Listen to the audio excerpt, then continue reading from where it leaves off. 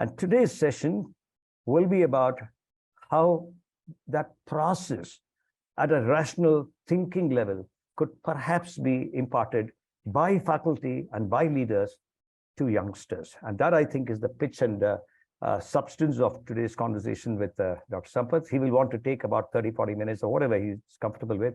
And then we'll open this for discussion. I'm hoping many of you in the faculty who are present in the panel here, as well as in the participants group, will want to seize this opportunity, I will say, not just take it, to see that you engage with a man like Sampathji and learn from him as we go along this afternoon. Yatin, do you have the film to show now, or are we going to invite Sampathji to speak, to take the floor? Yeah, we are going to invite Dr. Sampath. Right. Wonderful. So there you are, Sampathji. Thank you once again for being with us today.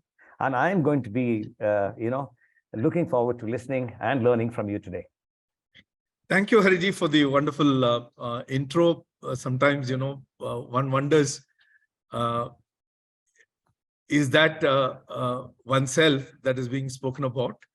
But good, that intro is my past. What is going to happen in the next 45 minutes between us is going to be the real introduction. So I will not take too much of time. I'll get into the presentation.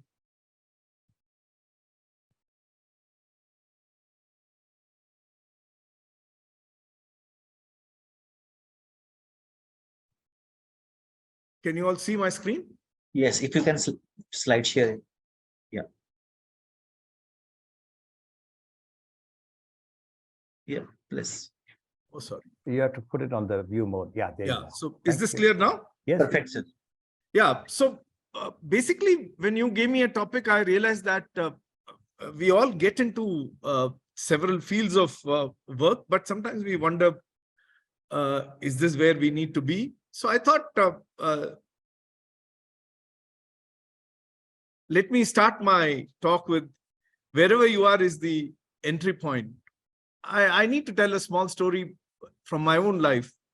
I grew up all my childhood thinking that I will be an army officer. And to my good luck, I also got selected in one of the toughest board in Allahabad, only to get medically rejected because I had a perforated eardrum. Then I did my master's in social work, went and joined a large public sector. Unfortunately, I had a boss with whom I found it very difficult to work with. I left the public sector, went to a private sector only to realize I jumped from frying pan to fire. But all these events that were happening was only molding me to get into doing something which was the very core of me. So I think one may wonder, why am I doing what I'm doing? Or is it an accident that I've come into this space? Maybe I'm teaching sustainability. Maybe I've taken a course in sustainability for whatever reason. But can I start realizing that, hey, this is the place that I have been brought to, maybe by the larger consciousness? What is that I need to do? And if you see, begin now to be what you will be hereafter. At some point of time, you'll have to take a call and embrace whatever you want to do and whatever you want to contribute in. Many a time, one is waiting for that opportunity, and one loses many opportunities that are right in front of your eyes. So I was lucky. I didn't waste more than 5 years before I realized what my journey was in life and what my purpose was. Sometimes it is important to listen to the larger consciousness. The consciousness has a bigger design for you, because of which it places you in different places, gives you all kinds of learnings. And those learnings, if you are sensitive and mindful enough, will be very handy as you grow. I mean, we all can talk about many examples. One example I definitely quote is Steve Jobs dropped out of his college and went and joined a calligraphy class. Had he not joined that calligraphy class, we wouldn't have such wonderful fonts to work with, play around with. But it's like you connect the dots much later, not before.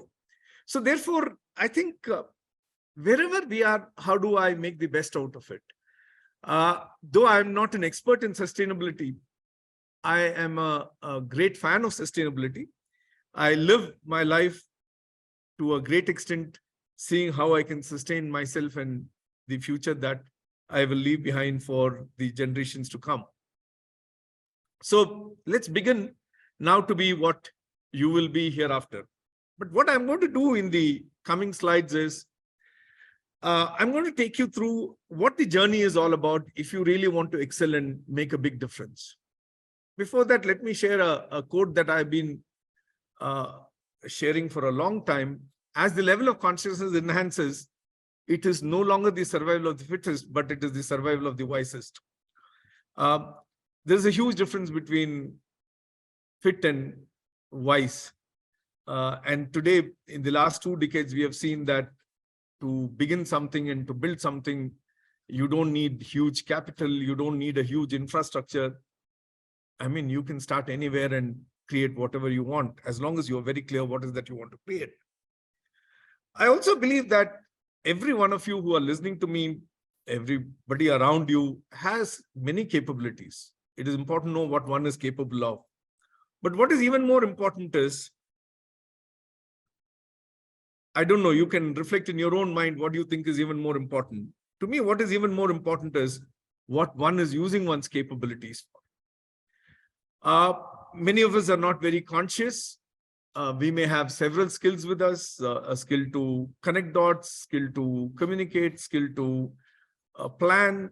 But what are we using those skills for? At the end of the day, I'll have to find something in which I will find meaning and put those skills to use.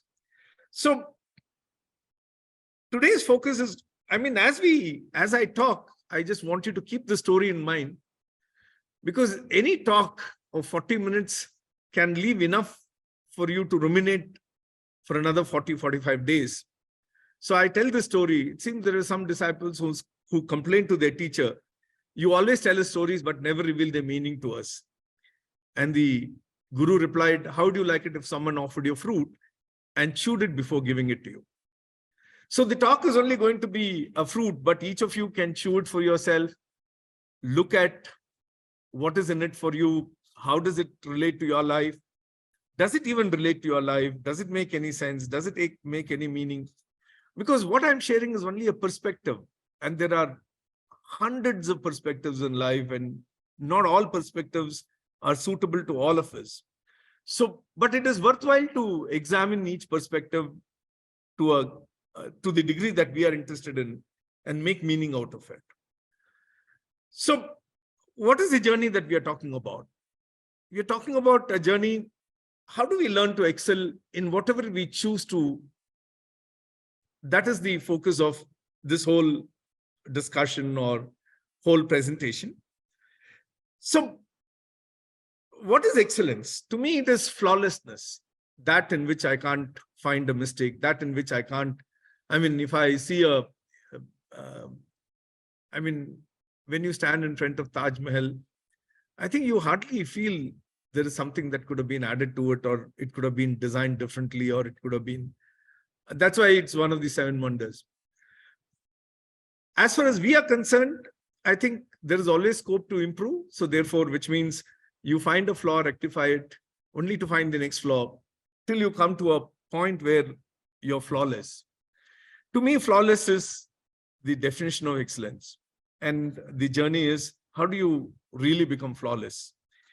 So that's the journey that we will start. So the journey towards excellence is to find flaws and keep correcting them till there are no flaws. So whatever you're doing, be it as a faculty, are you the best teacher? Are you teaching the subject in the most appropriate manner? Was there a way in which it could have been taught better so that the students can learn? If you're a sustainability student, or if you are a person passionate about sustainability, where do you see the challenges and how do you build them? So there is enough scope for us, provided we are committed to wanting to excel. So the journey towards excellence starts with, so first of all, if you want to understand what is excellence, I think there's a nice little story that I tell. It seems there was a little boy who walked up to the store and put his coin and called up, and on the other side, the lady picked up, and this boy said, madam, I heard there's a opportunity for a lawn mower job in your place. I would like to join. And the lady said, no, we already have somebody we are not looking for. And the boy said, no, ma'am, I'm willing to work at half the price. Please consider. And the lady said no and dropped it. So the shopkeeper, seeing the desperateness of the boy, said, hey, are you looking for a job? Can I help you? And the boy said, no, I'm the guy who's working in their house. I wanted to check how my services are. So therefore, when you're trying to excel, it is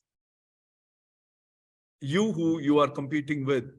And you'll have to constantly check, are you being the best that you can be? And how happy are people who are taking your services? So for me, the journey of excellence starts with one being very clear about what one wants to do in life. Vision is a very loosely used word. Let me try and tell you a small little story so that it remains in your mind. It seems there's a young man who was walking on a street and there's this elderly person who was sitting there. The young man looked at the elderly person and asked, sir, do you know where does this road lead to? And instead of answering the question, the elderly person asked the young man, yeah, my dear young man, where do you want to go? And he said, I'm not very sure. To which the elderly person said, how does it matter? If you don't know where you're going, any road is okay. So many a time we have not made that call in terms of what is that we want to do in our life? What is the purpose? What is the vision? I think I was lucky in one way, and I was also not very lucky in one way, because by the time I created my vision, I was already 30. So I lost many years in between. If I look at my daughter, I think she decided at the age of 16 what she wants to do. So she has a lot more time left with. I think the sooner you know where you're going, the more time you're left with to go there. So it is important to be very clear in terms of what is that you want to do wherever you are, as a student, as a faculty, as a sustainability expert, as a champion of sustainability. What is your vision? What do you see as your purpose? Once you're very clear about that, then the next thing that becomes very, very important is our values. How do we really intend to travel in this path? That will be defined by our values. For instance, I'm bringing it down to a very, very mundane example. My vision could be to go to Singapore. How I will go will depend on what I value. If I value economics, I will go and find the cheapest airfare. If I value comfort and luxury, I will go and book a first class. If I am a person who values adventure, then I will look at how do I go sailing to Singapore. If I'm somebody who's very socially connected and I believe my life is relationships, then I'll gather a set of friends and along with them, I'll go to Singapore. So how I will travel will depend on my values. And if you have to understand what values are, this is a nice little story. It seems on the seashore lived a old grandmother who was visually impaired, and she had a granddaughter who would go into the ocean, dive, collect pearls, and she would sell the pearls and make their living. And every time she got some extra pearls, she would give it to the grandmother for the rainy days. And one day, this has been going on for a few years, and one day when the girl goes into the ocean, she doesn't return. She gets killed by a shark. And the old mother, who's visually impaired, who can't see, is very worried how she's going to run her life, and suddenly remembers that this little girl has been giving her pearls. So she takes the bag in which she has been collecting them and goes to the shop in which they used to regularly sell.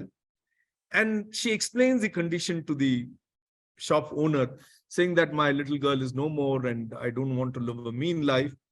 So here is the collection I have, and let me know what can be done with it. So the shopkeeper opens it and finds all of them to be very, very fine, high quality black pearl.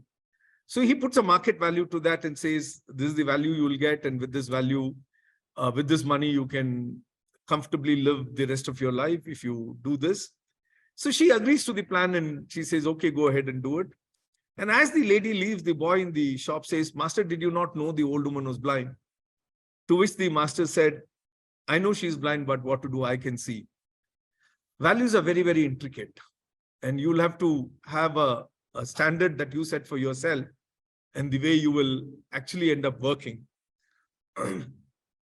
So values becomes very, very critical as you journey through the path and accomplish what you want to accomplish. But many people seem to have some idea on their values. They have some kind of direction that they are moving on. But very easily they get into a monotonous path. That's because they've somewhere stopped learning. The day you stop learning, you are likely to become repetitive in your life. You will be only repeating yourself and not really looking at anything new. And I truly believe that learning is the engine which keeps you moving forward, which keeps you looking at multiple facets, new dimensions. I'm a person who strongly believes that there's nothing about which I know everything. There is something I know about many things.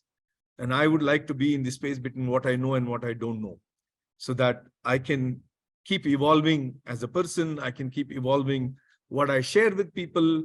I can keep looking at new dimensions that I've never tried. I mean, I'm open to doing new experiments at any point of time in life and in work and in what I do. So what is learning? It seems there is a professor from a renowned university who had done a lot of work on Zen philosophy. He had already published over 50 papers, written a book. So he was visiting Japan and he went to one of those popular Zen monasteries. And he introduced himself as so-and-so. He has done so much of work on Zen philosophy. So the master greeted, and in Zen culture, there is a tea ceremony. So the master was pouring tea into the visitor's cup. And the cup was full and he still continued to pour the tea and the tea was overflowing. The professor couldn't take it anymore. He said, Master, can't you see the cup is full? To which the master said, when your mind is full of your own understanding of Zen, where is the space for me to fill in? I think many a time we believe that we know things. Actually, what we know is very little, and what there needs to be discovered and what is left there to be uncovered is a huge quantity. If we can be open, we can be discovering till the last breath of our life. So learning is something which one has to be very, very consciously doing.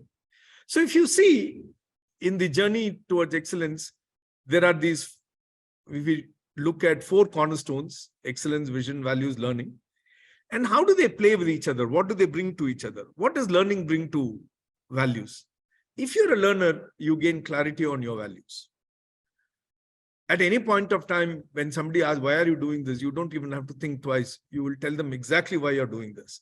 Or if I accepted this lecture series, or if I accepted to be a part of this lecture series, I was very clear why I'm taking this up and why I want to do this, how I'm going to do this. That clarity is something very important. Many of us don't ask these questions to ourselves. I mean, I don't know how many of you have asked these questions at a very critical juncture in your life when you had to take the most important decisions. Profession. Why did I choose this profession? If I'm a faculty, why did I choose to become a faculty? Was it an accident? Was it my choice? Am I very clear why I'm doing what I'm doing? Sometimes even decisions like, I think many people get married, they don't ask themselves why they get married. Because if you have the why answer, you will know what to do with what you're engaging with. I mean, if I got married for companionship, then the evening walk together is a very important part of life. If I went to work to make a contribution, then in my work, my focus will be how can I add value? How can I make a difference? That is what I will be looking at. If I'm going to work to earn my livelihood, then my focus will be on my salary package and so on. So if I'm a learner, I will gain clarity on why I do what I do, and that will strengthen my values. What does values do with respect to excellence? Values brings conviction. Everybody has a yielding point. We all can trip and fall. But if my values are strong, my threshold is very high. So I don't easily get distracted. Let's say I took up sustainability because I didn't have any other thing to do, or I'm not still convinced about sustainability. I only need a friend of mine to come and say, hey, doesn't have a future, and then I will get demoralized. But if my conviction is strong and I'm very clear why I took up what I took up, then I will respond. In fact, I still remember I quit my corporate world at the age of 29, having just worked for 4 years. And in 89, getting a job was a very very difficult task. And the mindset was not an entrepreneurial mindset. People wanted a job and they wanted to settle. And when people saw me quitting the job, they said I was mad. I didn't know what I was doing. They were telling me, do you know how difficult it is to get a job? But I was very sure. And my conviction was very strong. So I said, either I will lose or I will succeed. If I lose, I would have learned something very valuable in my life. So let me take 2 years sabbatical and see what I want to do. So I never came back to the corporate world. I continued to work and create a lot of things on my own. So that conviction is something which helped me in a big way. What do you think learning brings to excellence? If you're a learner, you'll constantly find new ways of doing things. I can tell you, I've made the same presentation at least 500 to 600 times. And I can tell you, if you go and listen to my earlier recording and this recording, they will not be the same. The fundamentals will be the same, but the contextualization of the whole presentation will be very, very different. So you will have to be innovative. I mean, there are so many problems which are looking for solutions.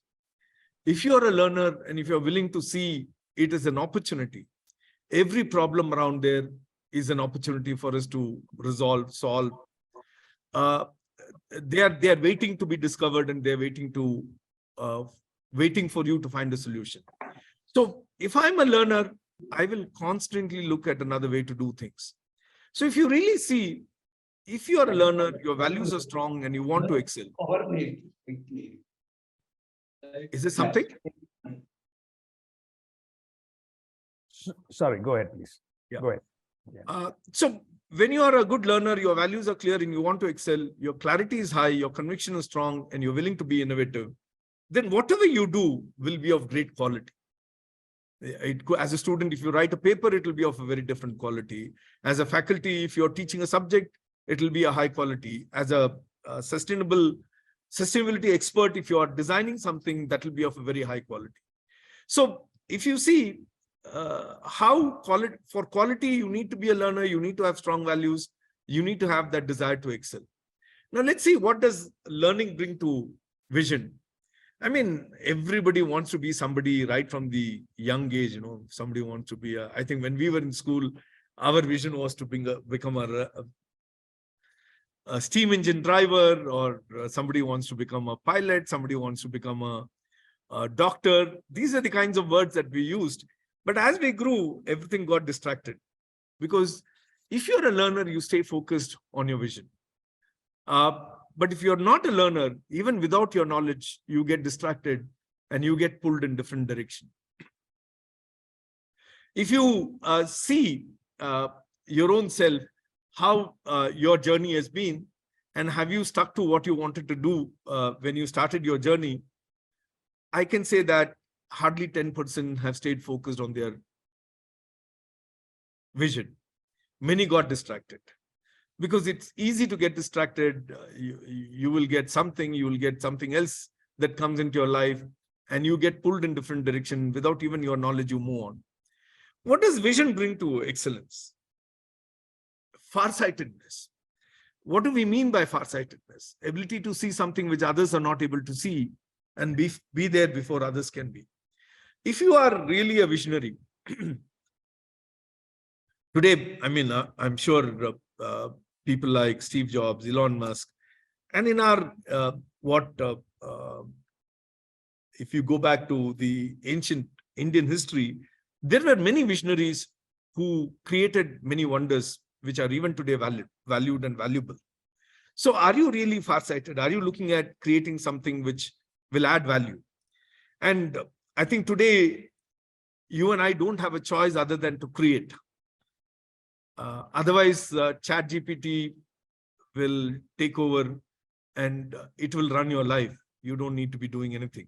So AI is coming in a big way to be able to do all the routine, mundane things. So our challenge is, how are we going to be creating something new, creating new knowledge? So for that, you need to be a visionary in what is that you want to create. How are you going to create? It's going to be a great challenge. But when you are focused, farsighted, innovative, you're willing to learn, your vision is clear, you want to excel, then whatever you do, you bring a value add.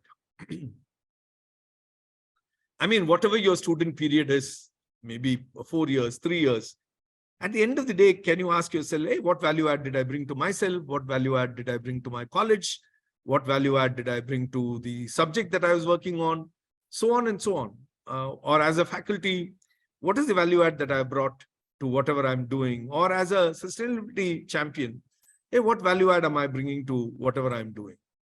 So for you to be able to add value, you need to be clear with your vision. You should have that desire to excel, and you should be constantly willing to learn. Stay focused, stay farsighted, stay innovative. Now I'm focused, I have clarity, I'm willing to learn, my vision is there, my values are there. But sometimes my vision value are not aligned. I'm sometimes over vision driven, or I'm sometimes over values driven.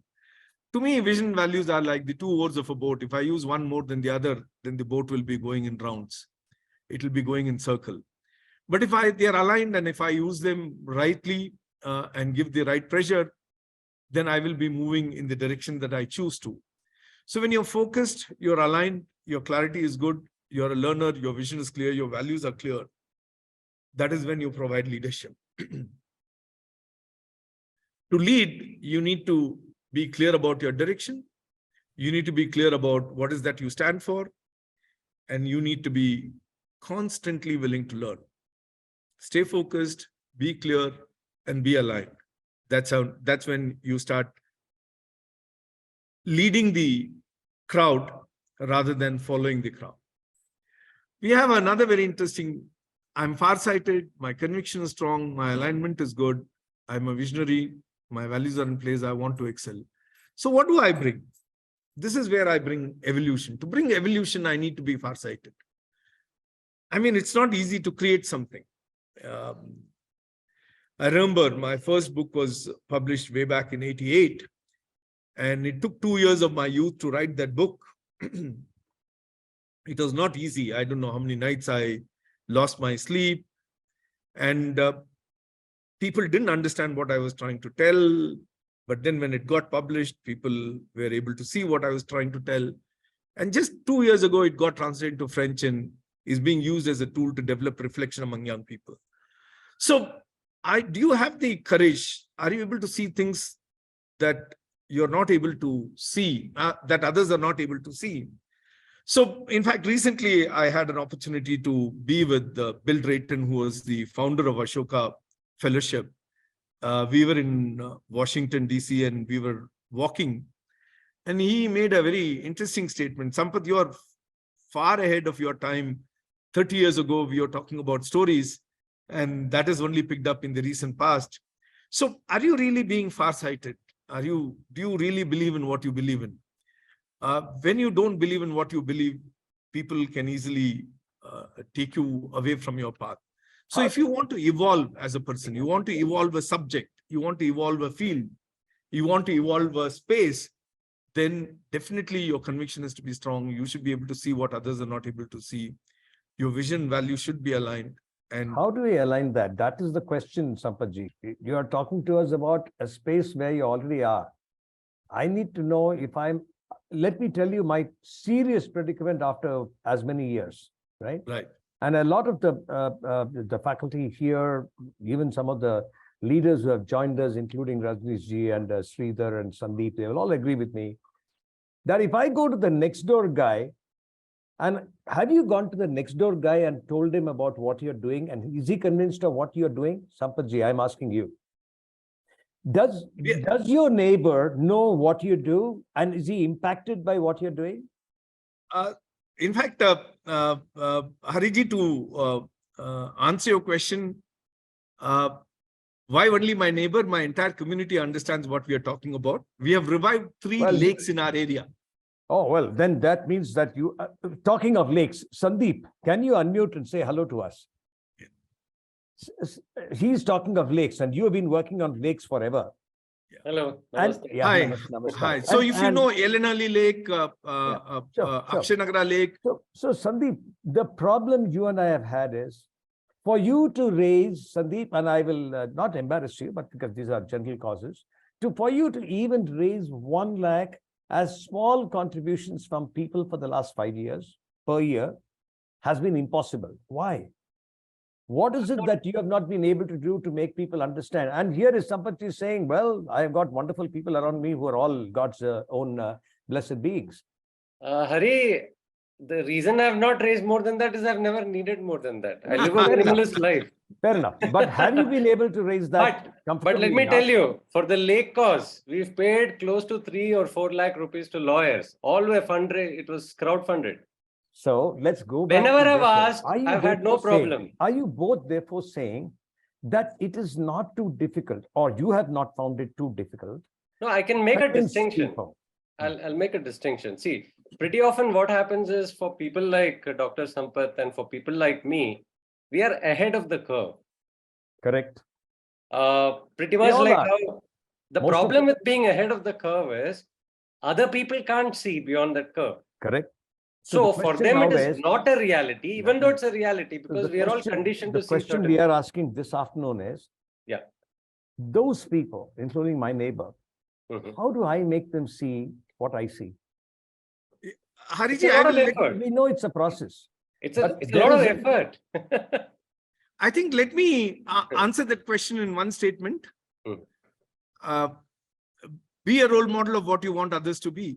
And I will give you examples of what was going on during this lake development.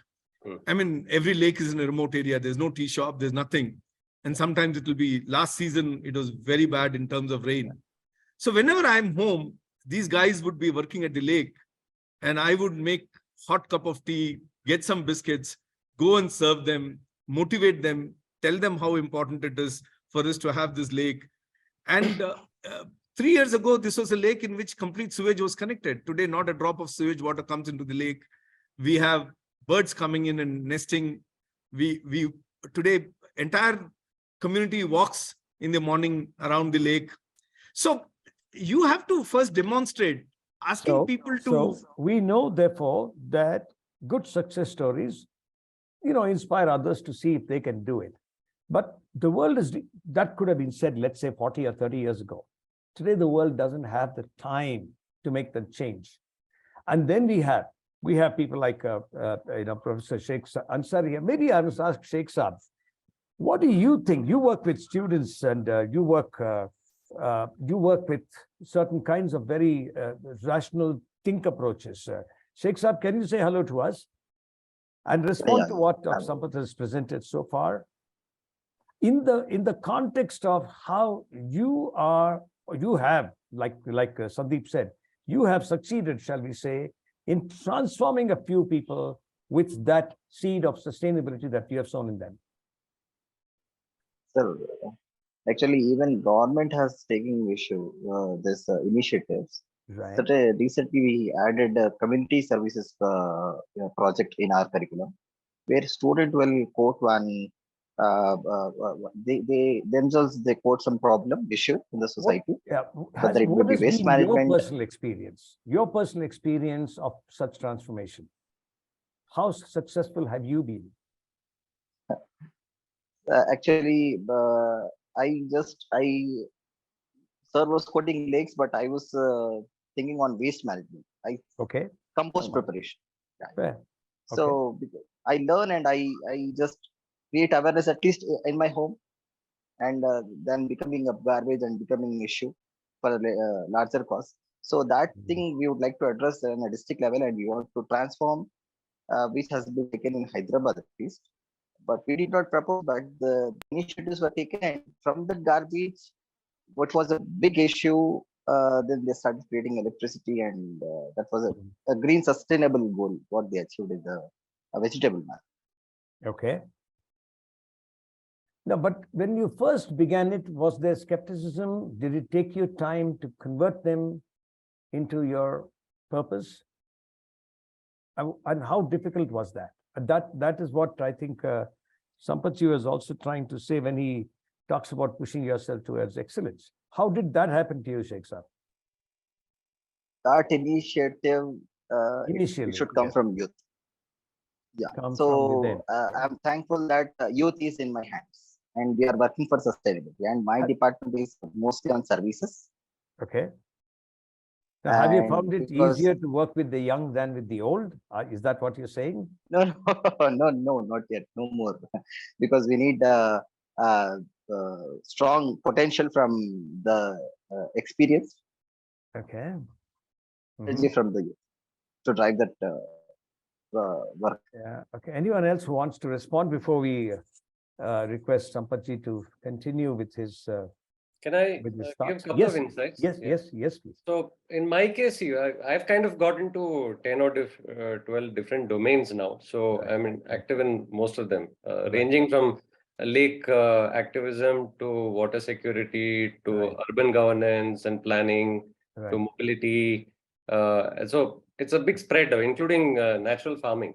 But one of the first big challenges I faced was lake activism, because we were trying to save a lake that was encroached for 40 years by a builder politician nexus. So I literally had battle with the local MLA. They filed cases against me, false cases to intimidate me. But when we announced a protest, 5,000 people came out of the blue and stood with us on the road. I don't even have a clue who these people are. We just announced it 2 days prior.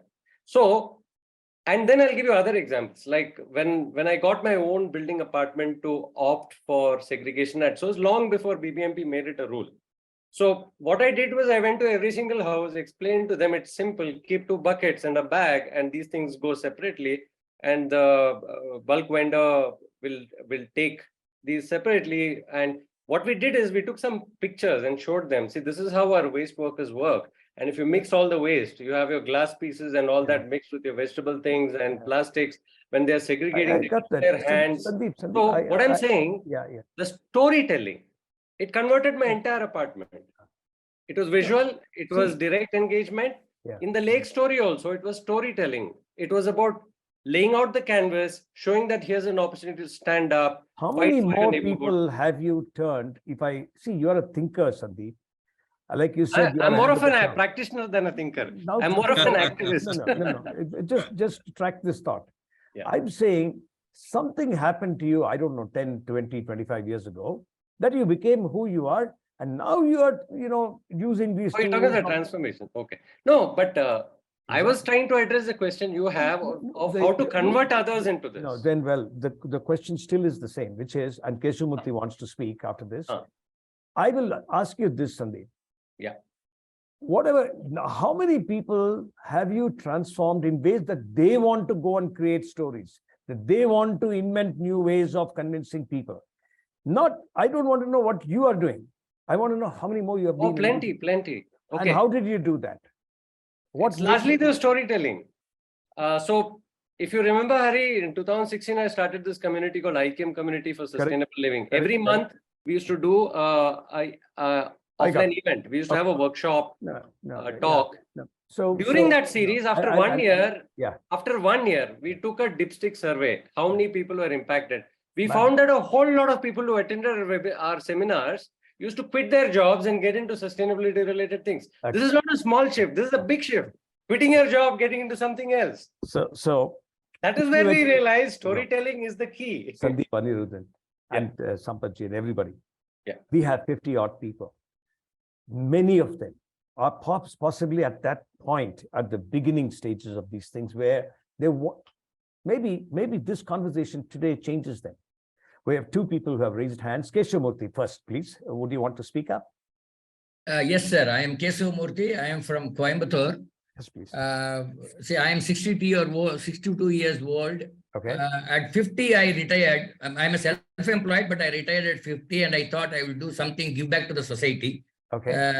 which I am trying to help the poor students, committed students from government schools and government aided schools in Tamil Nadu. Got it. We touched nearly about 4,000 students. Fair enough. What is interesting, I mean, we give free online coaching for all the competitive exams, I mean, including the scholarship exams from Yeah. 6th standard onwards. Okay. And now what happened was this, I was trying to transform this to my friends and juniors, seniors. Nearly 20 of them have started doing like that and started helping the students where the school where these people have studied about 40, 50 years back. So Have you it- found a it- formula? Have you found some? Yeah, standalone. It's a standalone operation of individual, which I coined a word called individual social responsibility. Yeah, We have ISR. CSR. Like that, we said ISR. Well, right So- now we have Niranjan Khatri here, who has been talking about ISR for at least the last 15 years. Niranjan, are you there? I thought I saw him. Yes, he's here. Niranjan, would you want to speak, please? Niranjan, are you there? There you I are. just close. Sorry. He's there, but he's well. Anyway, so ISR is one. You heard Mr. Sandeep speak. Yeah. He's saying stories. You Correct. heard Sampath speak. All through, at every slide, he stopped and told us a story. Yeah. Right? Have you employed such things, or do you employ other kinds of? No, I gave them a small prescription to all my friends. Most of my friends are at least they have a wealth of 10 crore plus. So I said 90% you give it to your sons or daughters or to anybody you want. Okay. Keep 10% with you. Out of it, you just give 10% to the society. And how many of them have done it? More than 20 people have started doing it. In a Right. very big way, they started doing it. In fact, one fellow has become much bigger than my operation Wonderful. in terms of helping the students. One person has taken custody of one particular school. Nearly about 78 students are there in a rural village. Yep. Like that, individual, everybody has got their own way of. In fact, now I got an invitation from Andhra and Telangana people to do Okay, the similar okay. thing in those states. Got that. Sampath ji, what would you say to these people? Yeah. Back to you now. Hariji, when we started our school program, we heard parents tell their children, I will tell exactly what the mother said, and then I will translate that. இதெல்லாம் சோத்துக்கு உதவாது. அதை எடுத்து வச்சுட்டு first physics, maths, chemistry படி. Correct. That is which means all this is not going to be useful for you to get marks. Just study physics, chemistry, maths. Today, 10 years later, parents are saying this is so important for us. And the summary of this is, if you don't give up, others will give in. The problem with many change makers, visionary thinkers, at some point of time, there's a fatigue and they give in.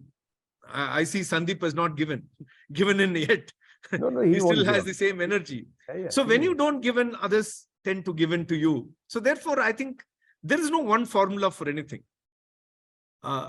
What works for you is another strategy which is available for me to deploy in a certain context where it may work. What worked for me is not necessarily going to work for you, but it becomes another strategy available for somebody to pilot it somewhere when they're struggling. And there are 100 ways in which you can get things done. So there's no one way to do anything. But I truly believe the awareness towards sustainability, towards being respectful to our environment, being respectful to things around us, including people, is only growing.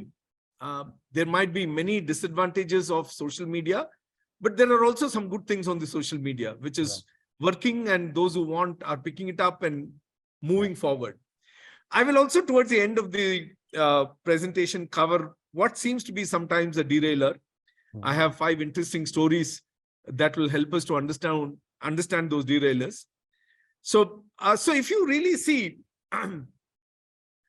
there are 4 cornerstones, which is definitely one wants to excel. They should have a clear vision, values, learning.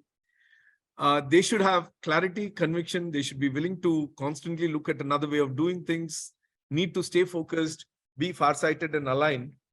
Then whatever they do will be of great quality. They will add value. They will bring leadership, and they will definitely help the community and themselves to evolve.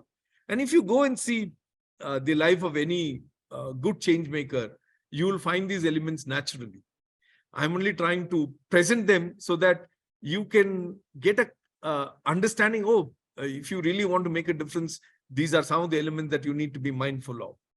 Now, there's also the other side, the shadow, which is mediocrity, directionless, compromise on values, unwilling to learn, ambiguity. We are doubtful. We don't think this is going to work. We want to be conservative. Then we create poor quality. We are distracted, short-sighted. We somehow let me finish this semester, get my marks and go. Or somehow let me create a curriculum for this credit course and be done with it. I'm not necessarily looking at how can I make this better every year, year after year, and really give the best. So I create a value loss. And sometimes my vision value are not aligned. Then I become a follower and I get disillusioned in life. Generally, all of us are between these two. We are between mediocrity and excellence. And are we willing to walk towards excellence? Are we willing to commit ourselves to realize our true potential? So if you really see, how do we do this? That was the discussion we had for a while. And I've just shared one possible dimension. I won't say that this is a foolproof solution which will work for everybody everywhere. Context is very, very critical, and one needs to be mindful of the context. So if you really see, we all have three critical gaps: what one wants to be and what one is. Intention, action. Like, I want to start this presentation on time. I end up coming late. I'm feeling guilty myself. So whenever there leads to frustration, internal conflicts, guilt, results in waste of potential energy. I mean, I'm on time not because I want to please anybody. When I'm on time, I feel confident. I feel more sure of myself, and therefore I'm more energetic in what I present. If I come late, I will be feeling guilty. I will feel frustrated, and that will show up in my conversation with whoever I'm talking. The second gap is what one is and how one is experienced. This is the action perception gap. I may think I'm a great guy, but people around me don't think I'm a great guy. That results in misunderstanding, external conflict, resulting in credibility gap. Third is how one is experienced, what is expected by the institution one belongs to. We all belong to several institutions. Family being the smallest unit, society being the largest, in between the forum, the trust. We all belong to several institutions. And what is the expectation those institutions have out of us?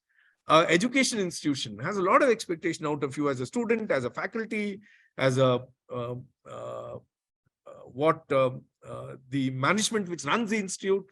There's several expectations. Are we even aware of those expectations? When we don't understand those expectations or what is expected by the institutions we belong to, there's degeneration of larger system, social irresponsibility resulting in disharmony. One of our challenges is to identify these gaps and start bridging them. All of us, if we sit and reflect, we will find there are some gaps within us. I'm a person who believes that the most easy point to begin with is self. If you fail with self, be rest assured you will fail with others. If you can't even motivate yourself, how can you motivate somebody else? So therefore, can I identify these gaps and can I start working on these gaps? What holds us from excelling? I think there's a mindset, this is a very beautiful story, and I keep telling that in so many groups, and everybody realizes how they engage, how they themselves are involved in it. It seems there's a family of tortoise which decided to go on a picnic. So all uncle, aunt, niece, nephew, a big group. Sunday morning, they packed their food, they got their picnic kits, they moved, they went to the nearby lake. And there's this huge tree under which the elders were sitting and chatting. The little ones went into the lake. They were playing hide and seek, all kinds of things. And soon it was lunchtime and the elders laid the food. And when one of the elders tasted, they realized there was no salt in the food. So they, with their wisdom, got hold of the fastest running tortoise. They knew where the salt was available. So said, please go get salt. We forgot to put salt in the food. But the tortoise that was chosen was very, very clear. Look, if I go, you're going to eat, leaving me behind.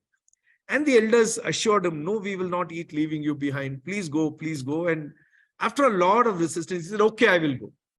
So technically, it should have taken 20 minutes for the tortoise to go and get the salt. 20 minutes over, 40 minutes over, an hour over, another 30 minutes went by. There's no sign of this tortoise returning. Now the little ones were so hungry, salt or no salt, they wanted to eat. So the elders served the little ones the food, and the minute the first tortoise put the food into the mouth, the little tortoise jumped from behind the bush and said, I told you no, if I go, you will eat. Now this looks very funny, but you, I, many of us are engaging in this, where we say, oh, this will not work. That is also fine. But what we don't realize is how we ourselves contribute to that not working. I mean, when we initially started taking up the lake job on ourselves, many people said, these are crazy guys, they don't know what they're doing. And they also created hurdles for us, but we were strong enough to continue.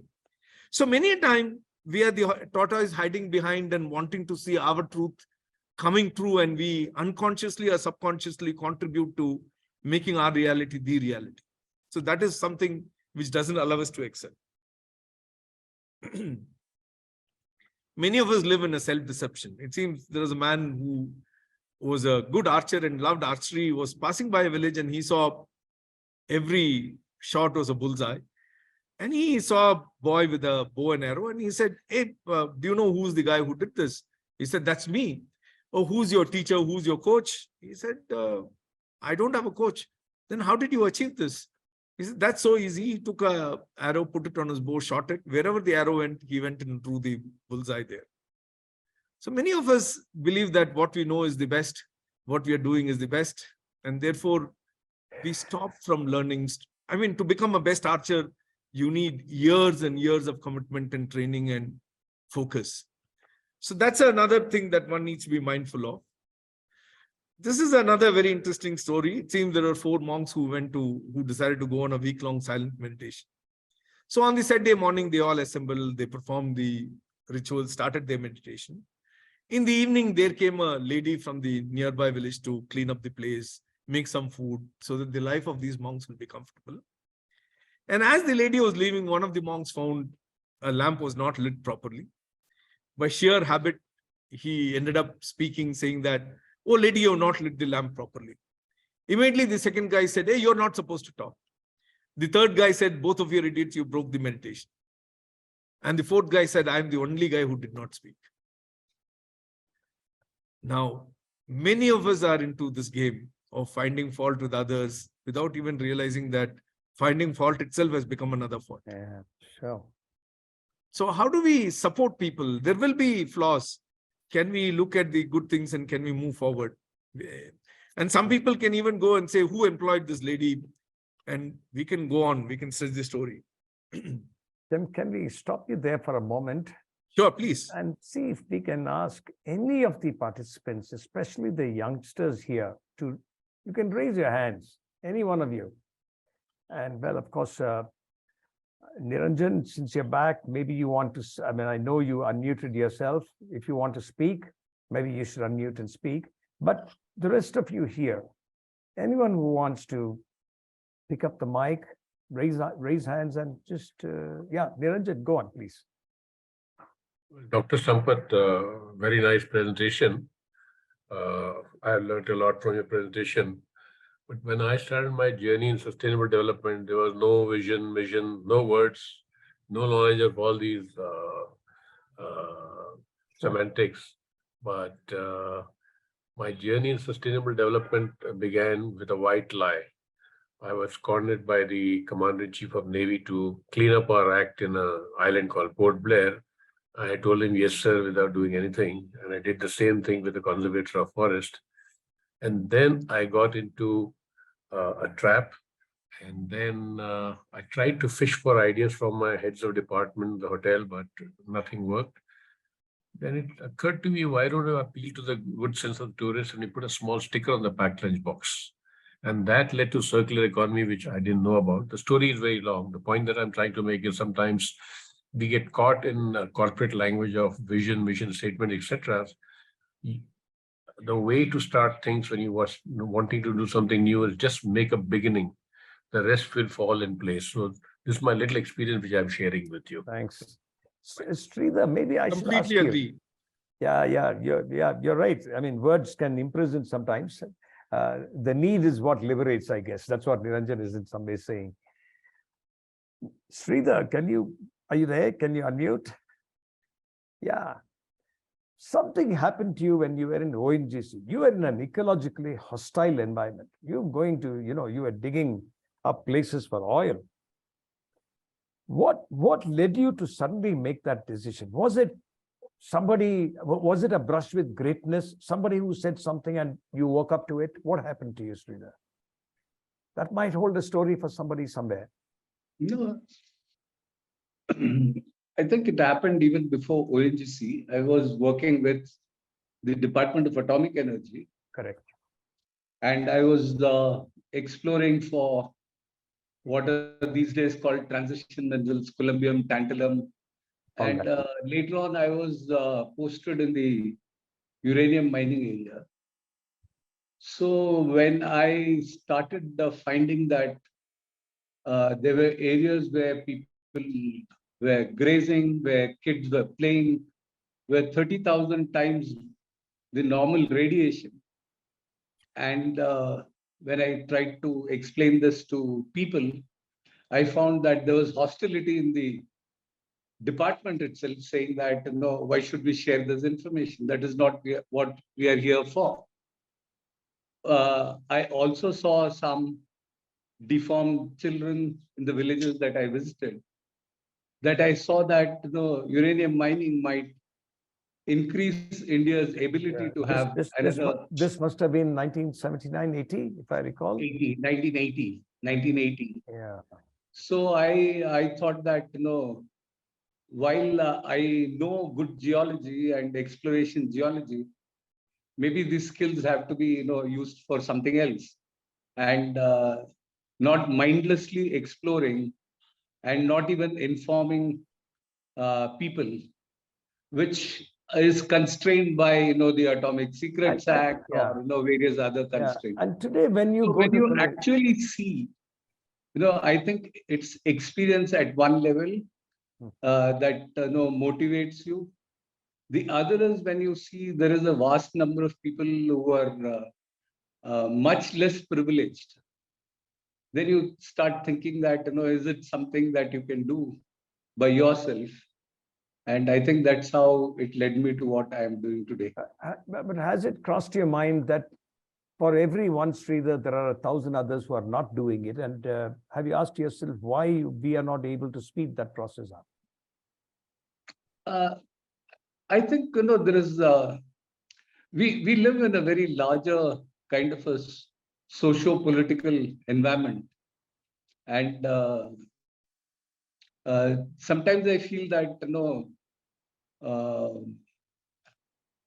unless, there have been, like, if we have sustained over 40 years doing this work and addressing problems of people in mining with mining affected communities or, people disaster affected communities, there are a significant number of people, but it doesn't add on because, the kind of support systems that policy or others that are available for, say, large industry or something like that is not available for. Which is also the point. See, I mean, if I'm a politician or I'm an administrator coming from the Masuri Academy or somewhere else as an IAS man, how am I going to be sown the seed of sustainability? Isn't that something that we all ought to be asking? Yeah. Yeah, I think it's an important question to ask, and also to, kind of find ways of enabling that. Yeah, because that would make our job we also easier. have, people who have been trained in, the IAS Academy, who say that whatever job I am, whatever post I am given with, it posits with a great possibility of doing work for people or for sustainability. But like, also more fundamentally, if I have to answer the question more fundamentally, from education systems to everything, the drive has to be that as an individual you have to excel, not as a society, not as a community. I think that is where the fundamental problem arises, because we even now, when I was hearing Sampath,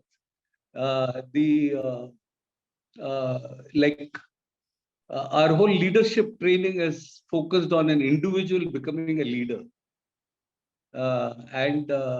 Whereas, how do we work as communities? How do we work as teams? That is where I think, somewhere down the line, we have lost the idea of equity. And that hurts us, in the long run as a society. Sampath ji, Yes. your response.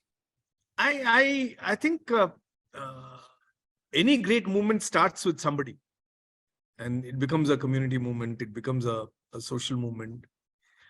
Somebody has to take that lead. Somebody has to focus on, and somebody should be willing to bet. And when one sees the other starts moving, then the other starts moving. It could be this small activity that we did about reviving the lakes around our community, or it could be large activities of influencing the education system. But somebody has to start. It's not about individual leadership. It's about being able to galvanize a set of people to be able to focus and commit themselves to bigger things. So therefore, I'm not too much into this debate of does the team come first or does the individual come first.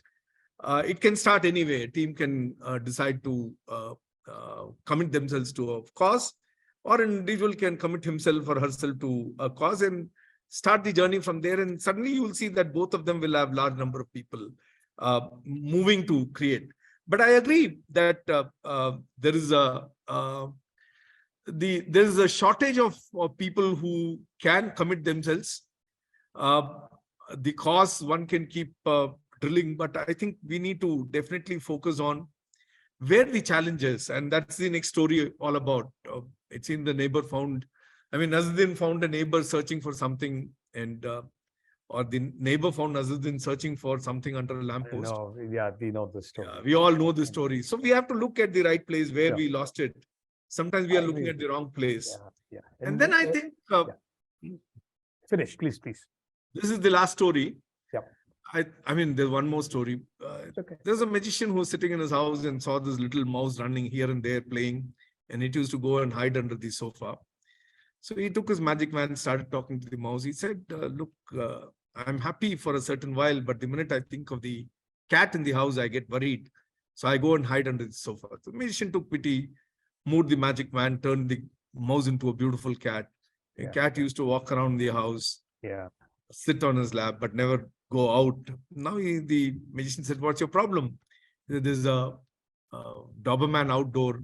When that flow barks, my heart goes palpitating. So he changed him to a dog. Then they went into a forest. The dog refused to go into the forest because there was a panther in the forest. Magician turned it into a panther, but it refused to come out of the forest. He said, now what's your problem? The panther said, there will hunters in the village. They will shoot me down. That's when the magician turned the panther into a little mouse and say, until you don't change the heart of a mouse, nothing I do, even this talk is not going to make any meaning. I think each of us will have to really, really understand where we come from and what is... Niranjan, you want to say something? Yeah. I just want to share another story of mine. Dr. Sampath, just for information, I'm a hotelier by profession. But okay, he's being very modest. 43 years he was in ITC, the chain. And even if he will not accept this, a lot of the changes that happened in ITC started with that first hotel of which he was general manager, the ITC, that 5-star hotel in Port Blair. And 5 years later, around 95 or so, ITC suddenly said, hey, there is something that Niranjan is doing that we need to learn from. By 1997, he's already chairing some committee in the CII. And over the last 25 years, just that. Over to you, Niranjan. Yeah, so I was very fortunate to be posted in Kalapani, and I was not in my comfort zone. Our hotels are very comfortable to work in, but Port Blair was a different cup of tea because of its impaired infrastructure and shortage of everything. And later on, to derive various perspectives, which I basically learned in Port Blair because everything was finite in the island. So we did kind of extrapolation and said, hey, this is going to happen in the future. And this was during a time when we did not even hear the word internet. Internet was not part of our vocabulary. Right. So when I came to mainland, I said, hey, we are doing all this, but our supply chain is not doing all this. So I traveled extensively across the country and met very diverse suppliers. And my first visit, I gave them very simple inputs, which helped them to save money. And they became great friends also. But what was the message you were trying to give, Niranjan? So the message that I'm trying to give is that this was a new initiative that we started, Green Hill Supply Chain. But today I'm so happy that ESG has come, environment, social governance, and 1,000 corporates have to follow these concepts that we kind of started 2 or 3 decades back. So the point is that if you have to do new things, you have to be at it, and then slowly it takes roots and grows. That's all. Yeah, but there are times when I think that even if none of us did anything on sustainability, when the dire need hits them in the face, whoever they are, in villages, communities, cities, wherever, they will themselves start doing something about it. So what are we wasting our time upon it, I think, sometimes, you know? Well, we should close soon, as Payal is reminding me, but I will want 2 people to speak. One is Professor Sri Lakshmi. Namaskar. Namaste to you, Sri Lakshmi ji. Are you there? Can you say hello to us? Well, no. Rajneesh ji, would you want to speak up? You've been listening to this and you've been part of the foundation for all its time from inception. Rajneesh Joshi, would you want to speak if you're there? Okay, Anbu has raised hands. Just one moment, Anbu. Let me see if I can enable you to talk. Where are you? No. Anbu, you want to speak? You have to raise your hands. Yes, you want to speak? Hello? Yes, please. Yeah, hi. First of all, thank you for this opportunity. Hariharan, I hope you remember me. We have met in the Redacon. This is Anbu from Leeds. Right. So I just thought of a nice presentation, Sampath ji. Thank you. So basically, one difficulty I thought of asking to the forum, like because when we start to work something on sustainability, you know, it is very hard to make people understand the language what we are talking, because most of the time these are not very well known topics to the major part of the crowd, even if it is in the office or even if it is in the personal circle to explain what we are doing. You know, when we wanted to create a value, when we wanted to create a system to work within ourselves, anything related to what we are doing, we need to explain the people around us, because without their support, we can't just individually function. So what sort of difficulties you have faced when you wanted to do something related to this new topics or related to sustainability? Or how did you convince or set benchmarks for your personal circle and your professional circle? Yeah. How did you make them both understand towards what you're doing? Fair enough. I mean, these are questions. I'll not have anyone respond to that, but you're right. You know, we need to, for example, when the Prime Minister Modi comes back from some Glasgow, and he says by 2030 we must drop, you know, our carbon tons by 1 billion. No one understands what 1 billion is. I ask people who are sustainability professionals who have been working in this domain for 10 years, living in apartments, and I tell them, hey, what is your apartment's carbon emission? How do you work that out, right? And then they will, you know, today, thanks to web and all those wonderful pages, they will give you a few figures that they will want to take from there. But my point is that we are not able to get into the skin of the challenge, Anbu, in every one of these cases on one side. The other is people like you, many sustainability experts, they get so technical about it that we become obtuse and it becomes more an engineer's job or a profession where we make a living out of it. Sandeep, I think you want to say something. You have raised hands. Go on, please. Yeah, so to directly address what you're talking about, which is like a wider adoption of one, acknowledging the challenge we face as a planet, and second, about living a. Just to give you an anecdote, just 2 weeks back, I was invited by the EMPRI, Environment Yes, yes. Okay. Research Institute of Government of Karnataka. In Correct. fact, the reason I was invited there was the problem statement was this. Everybody here is trained in environment, is trained in all these things, but nobody even displays that in their basic behavior in their own office. Office is not adopting sustainability. Exactly. So when I walked in, I was like, there are paper cups lying everywhere. You know, the way things are and stuff. Ask Niranjan, and he and I are old friends, and we always have this nightmare everywhere we go. Yeah, so it was easy to start off the topic by saying, well, you're all educated more than me because I am a lay person and you're the professionals.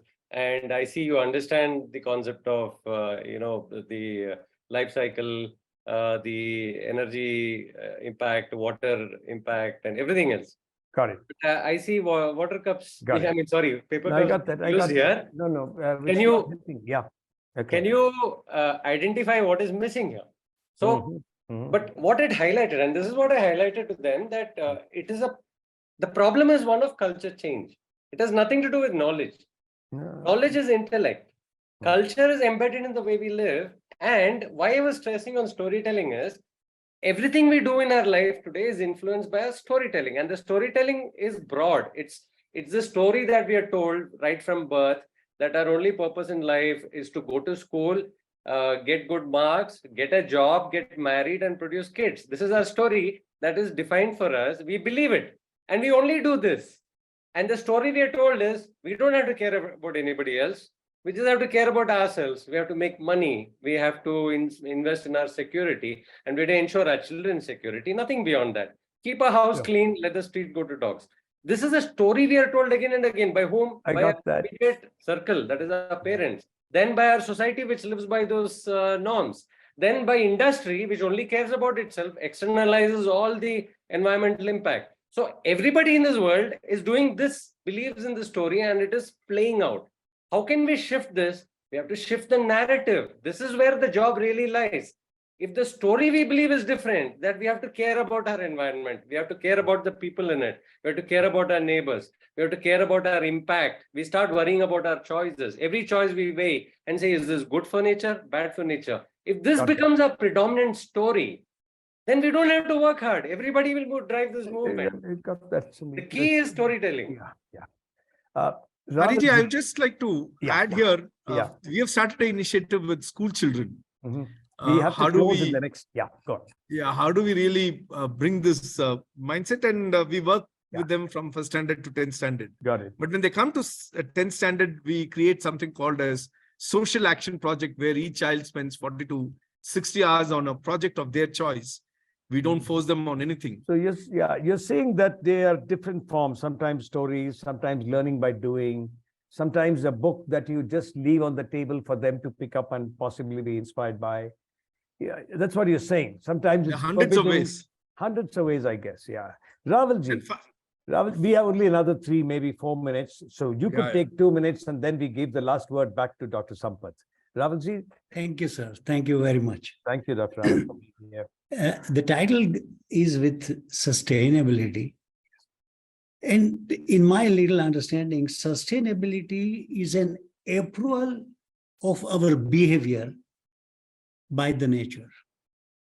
Now, who knows what the nature wants is not known to us. All cerebral, neopallial structures and understanding and knowledge and everything is said is fine. But the sustainability is impaired with our neopallial development. So how do we understand nature? Thank you. Fair enough. That is, in simple words, humans don't feel fear the way bees do or many other species do. For instance, the tsunami, at least 3 days before the tsunami hit, there were birds not nesting. There was a whole lot of flutter even in places like Bangalore. At that point of time, I was in the city. But then there were other people telling me that other species are able to see it way, way before the humans can. Okay, the last word to you, Sampath ji, and we close here. Hari, may I Yes. disagree with you that humans do not feel it that way? If you remember, the first anthropologists who visited the islands, Andaman and Nicobar Islands, Yeah. in fact, she's written in her book that as they were leaving, they were told by the tribals, please leave soon, and it was a sunny day. But those are tribals. The tribals said, "Please leave The problem quickly." is with people like you and I. So we'll come to that. They are Yeah, rather no. evolved species, if you ask me. Yeah. So what happened? No, we are In not fact, evolved. We are not evolved. They are, I'd say. Yes. Yeah. Go on. So they were told during a sunny day that rains are approaching, so leave quickly. Of course. And they were shocked. It was all sunny around. Indeed, like Ravalji said, that connect with nature. Yeah. You know. And so let me come to that aspect of nature. No, we don't have the time. We will No, just do that. give me 20 seconds. I'll tell you. Yep. Go ahead, Sandeep. I'm talking of the lakes in Bangalore. Around 1,500 years back, we built 2,000 of them. Who built them? Local communities. Sure. How did they build it? They didn't have architects. They didn't have engineers, nothing. These people understood hydrology. They understood nature. They planted forests around it because Bangalore was a dry plateau. They created 2,000 lakes and made this place livable. What have the educated people done in the last 100 years? We have destroyed 90% of those wetlands and lakes. We have destroyed 98% of greenery in Bangalore. So I fundamentally feel and I completely believe that it is our education system which is harming us. It is disconnecting us from nature and from reality also. Like Stephen said, No, from 4 years, we are taken out of our society. We are taken out of nature. We are put inside a jail called the classroom where we live for the next 10 years. Being taught abstract nonsense. We just can't connect with anything. This is the problem. If we leave our kids in nature, they'll connect with it. They'll understand everything. Our education system should move away from classroom teaching to experiential learning. This will solve everything. Yes, Sorry Ravalji said that also. Over to you, Sampath. I get your point. I'm with you. And you can talk on it for hours. You're a hugely committed man, Sandeep. But back to Sampath. Yeah, I think there are, as I've been telling, there are different ways we definitely need to take care of the past, take care of the present, take care of the future. Future are the children for sure. They need to be sensitive. So I think at the end of the day, each one of us are going to be responsible for whatever we take up. If we want to really do something different and turn the trajectory to a different, it is going to be us. And with that, I will leave a little poem that I wrote many, many years ago when I was a little confused. So there's a beginning and end in every step you take. There's a continuous movement in all the steps you take. The beginnings and ends are a part of the larger beginning and end. We have just started. One day we will reach, perhaps, whatever the journey is. Thank you so much. Thank you for the opportunity. Thank you for the interesting, energetic contribution from everybody. I enjoyed the presentation and I enjoyed listening to everybody. Thank you so much. And Thank you, Sampath, for a wonderful. Thank you. That was lovely. Thank you, Sampath, for a wonderful lecture and also thought-provoking views. Thank you so much, Sridharji. Thanks a lot. Thanks, everybody. Payal, anything from you, Payal? No, it is very interesting. I love the little stories and how they convey a message, Sampathji. Very, very interesting. I'm going to share some of them with my children. Thank you very much for sharing. Thank you. It was a lovely session. Well, let's hope we find some things that we will do. And thank you, all of you, for having been here. That's all I'd say.